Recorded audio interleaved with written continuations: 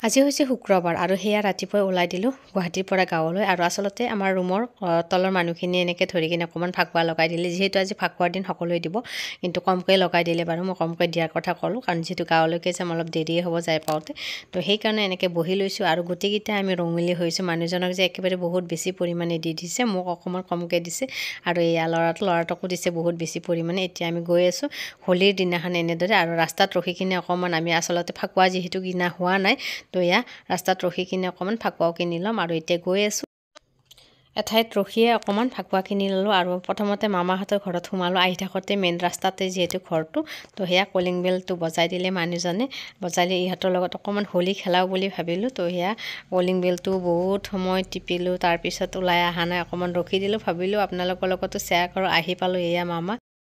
বিশেষ আৰু কি ফটাই লগাই দিলোঁ আৰু বাবুটো যিহেতু এক্সাম শেষ হৈছে তাকো অকণমান ফাকুৱা লগাই দিম বুলি সিও অৱশ্যে গা পা ধুই উঠিছে তথাপিও অকণমান দিছোঁ আৰু যিহেতু হোলী হয় ন আমাৰ ল'ৰাটোকো দিয়া গৈছে এনে খাই পালোঁ ঘৰ আৰু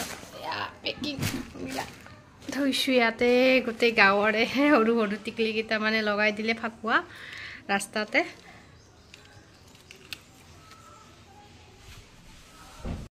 এতিয়া যিহেতু ইয়াতে ফাকুৱা আৰু খেলা নহয় কালি ৰাতিপুৱালৈকে খেলিম আৰু ৰাতিলৈকে এখন ফাংচন আছে আৰু ফাংচনখনৰ গানো আপোনালোকৰ লগত শ্বেয়াৰ কৰিম বুলি ভাবিছোঁ আহকচোন চাওঁ আমি ফাংচনৰ গান